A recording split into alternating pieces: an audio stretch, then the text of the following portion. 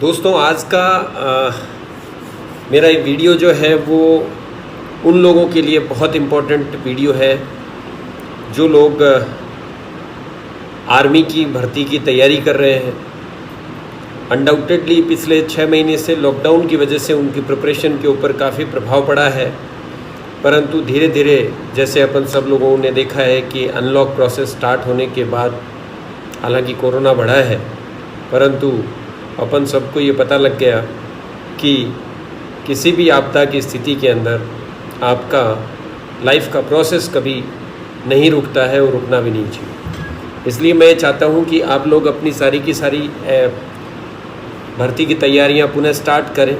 बहुत सारे लोगों ने स्टार्ट कर भी दी होंगी और उनके टेलीफोन्स भी आए मेरे पास कि हमने साहब 6 महीने तक कुछ नहीं किया, 3 महीने कुछ नहीं किया, अब हमें तैयारी के लिए वापस ग्राउंड पे जाना है, हमें किन किन चीज़ों का ध्यान रखना चाहिए। डेफिनेटली बहुत लंबा गैप देने के बाद जब आप कोई भी तैयारी दोबारा स्टार्ट करते हैं, ख़ास तौर से फ़िज़िकल एक्टिविटीज़, तो उसमें चाहे वो स्पोर्ट्स पर्सन हो, चाहे वो आर्मी के अंदर भर्ती होने वाले एस्पिरेंट्स हों, उनके अंदर इंजरी के चांसेस बढ़ जाते हैं। इसलिए दोस्तों मेरा आप सब लोगों को यही सुझाव है कि आप ग्राउंड के अंदर जाने से पहले सबसे पहले अपनी बॉडी को उन सारी एक्टिविटीज़ को जो पहले आप करते थे, चाहे वो रनिंग हो, जंपिंग हो, स्पोर्ट्स हो या कोई स्पेसिफिक स्पोर्ट्स हो जिसके लिए आप प्रिपरेशन करते हैं, उसके लिए आप अपनी बॉडी को वापस एक्लिमेटाइज़ करना होगा, अपन को टोन अप करना होगा।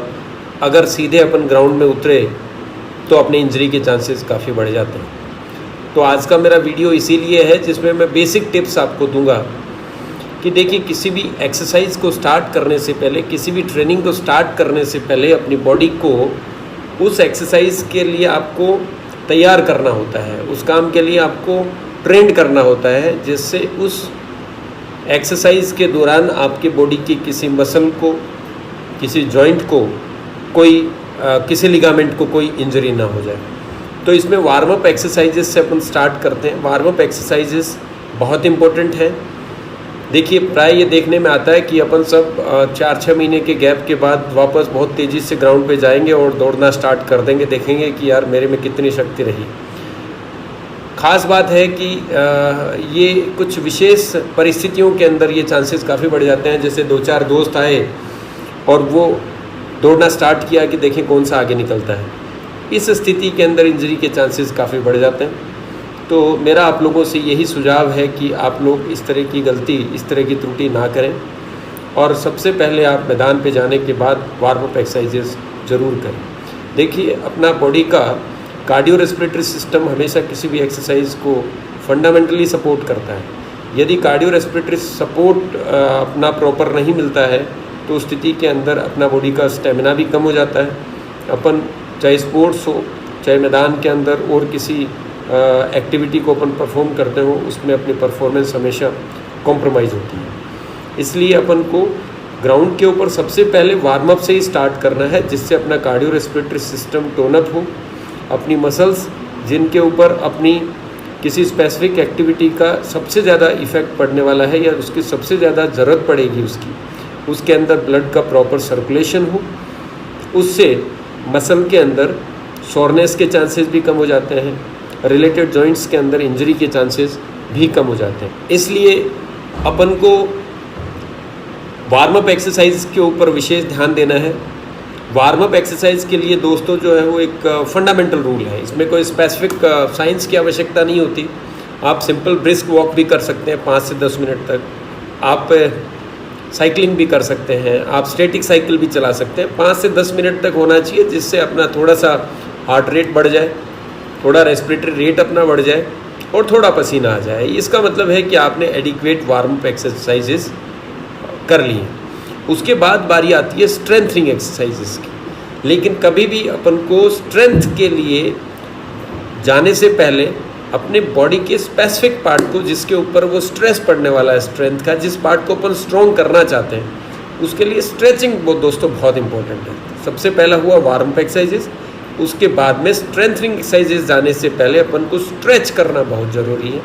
क्योंकि देखिए अपना बॉडी जो है, चाहे वो स्पोर्ट्स हो, चाहे वो रनिंग हो, चाहे वो और किसी प्रकार की फ़िज़िकल एक्टिविटी हो, उसमें जो भी जॉइंट या जो भी मसल काम में आने वाला है उसका प्रॉपर लेंथ नहीं होगा, उसका प्रॉपर फ्लेक्सिबिलिटी नहीं होगा, उस जॉइंट का प्रॉपर मूवमेंट नहीं होगा, तो डेफिनेटली उस जॉइंट के परफॉर्मेंस जो है आपकी एक्टिविटी के दौरान कॉम्प्रोमाइज़ रहेगी और उसको इंजरी होने के चांसेस भी काफ़ी बढ़ जाते हैं। इसलिए फंडामेंटल रूल दो ही होते हैं, वार्म अप एक्सरसाइजेज और स्ट्रेंथनिंग एक्सरसाइजेज। लेकिन स्ट्रेंथनिंग को दोनों तरफ से अपन को स्ट्रेच का कवर हमेशा देना होता है, जिससे मसल में या जॉइंट में सोरनेस ना हो, जिसमें जॉइंट्स के अंदर इंजरी के चांसेस काफ़ी कम हो जाए और जिसमें मसल्स की फ्लेक्सिबिलिटी अच्छी रहे, जिससे मसल्स जो है वो अपने main sports, main competition, main event के दौरान, चाहे वो अपन ग्राउंड के अंदर प्रैक्टिस के दौरान करते हों, चाहे अपन कॉम्पिटिटिव स्पोर्ट्स के अंदर या कॉम्पिटिटिव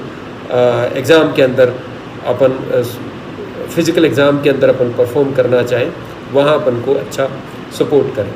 इसलिए स्ट्रेचिंग हमेशा अफेक्टेड पार्ट का आपको करना होता है।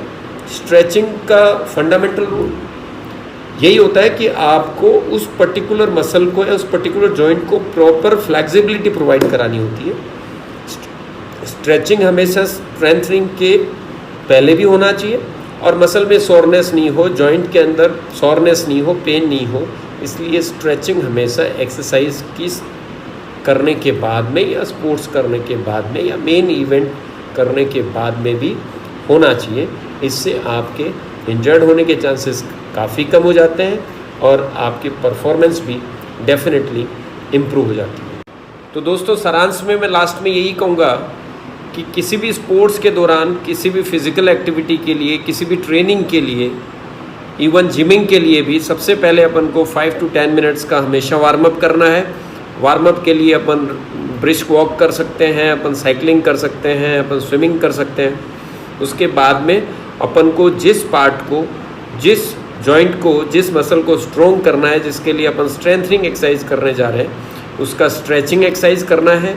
स्ट्रेचिंग से और वार्म अप से अफेक्टेड पार्ट जिसको अपन टोन अप करना चाहते हैं, जिसको अपन स्ट्रोंग करना चाहते हैं, उसमें ब्लड का सर्कुलेशन बढ़ता है, उसमें न्यूट्रिएंट्स की सप्लाई बढ़ती है, उससे उस मसल का या उस जॉइंट की स्ट्रेंथ जो है वो इम्प्रूव होती है, उसकी परफॉर्मेंस इम्प्रूव होती है। और हमेशा स्ट्रेंथनिंग एक्सरसाइज के बाद में हमेशा अपन को स्ट्रेचिंग एक्सरसाइजेज दोबारा करनी होती है, जिसमें इवेंट ख़त्म होने के बाद में अपन को कहीं भी सोरनेस नहीं हो जॉइंट के अंदर या मसल में, या अपने जॉइंट के अंदर बाद में पोस्ट इवेंट या पोस्ट एक्सरसाइज या पोस्ट ट्रेनिंग अपन को कहीं भी पेन नहीं हो और अपन अच्छे से अगले दिन अपनी ट्रेनिंग को कंटिन्यू भी कर पाएँ या अपन नेक्स्ट स्पोर्ट्स इवेंट के लिए अपनी बॉडी को तैयार कर पाएँ। Thank you.